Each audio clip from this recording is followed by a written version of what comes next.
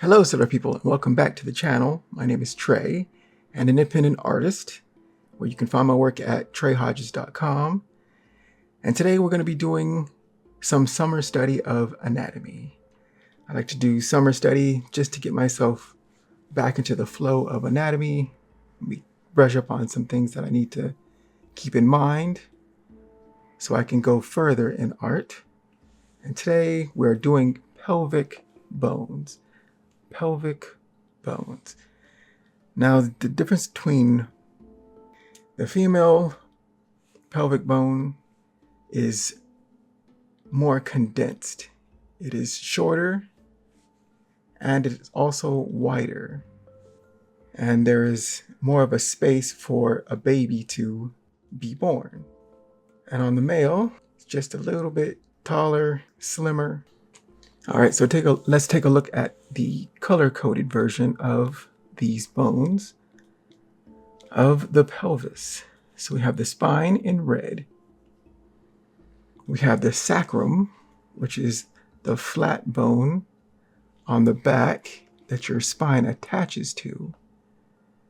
We have the coccyx, which is the residual tail. We have the ilium wings, the left and the right. We have the acetabellum, which is connecting to the femur. Connector point. We have the superior pubic ramus, which is here in yellow. And that comes down for the inferior pubic ramus. And then it goes back and attaches to the back part of the ilium. And this, the ischium, iliac, ilium wing. And those are the bones color-coded of the pelvic bone. And so now we have a look at the side view from the right side of the hip of your pelvic bone. We have the ilium wing, the acetabellum.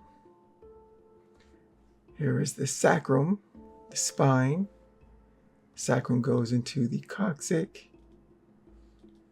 The ischium, as we said, goes back and into the ilium wings, right? So ilium, ischium going forward towards the inferior pubic ramus, and the superior can't be seen because it's hidden by the femur, but it would be here. And that is the side view of the pelvic bones. Now this is the back view of the pelvic bones. It looks much like the front view, just with some slight differences.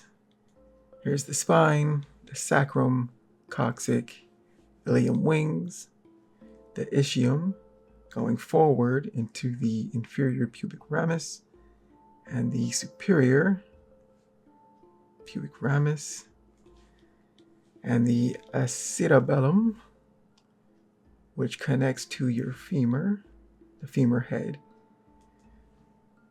And you can see more of it in the back than seeing the femur head. And that is really the main difference of the back view. All right, now for the pelvic muscles, we are keeping it superficial. The major muscles that one can see of the pelvis, we have a limited number. And we have the rectus abdominis as the main one from the front, which is your lower stomach muscles, right? The rectus abdominis. There's the upper and the lower.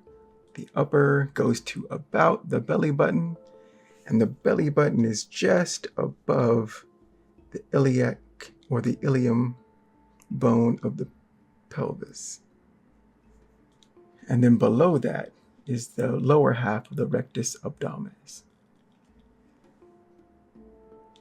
So going back here, so this is the lower part of the rectus abdominis. And then on the sides, we have the love handles, which is the external obliques that attaches to the ridge of the iliac crest, of the ilium wings. We have the tensor fasciae latae. These names, man.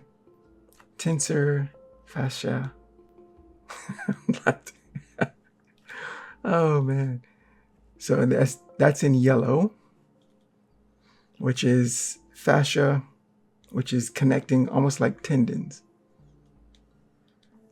connecting bones and muscles to other bones and muscles.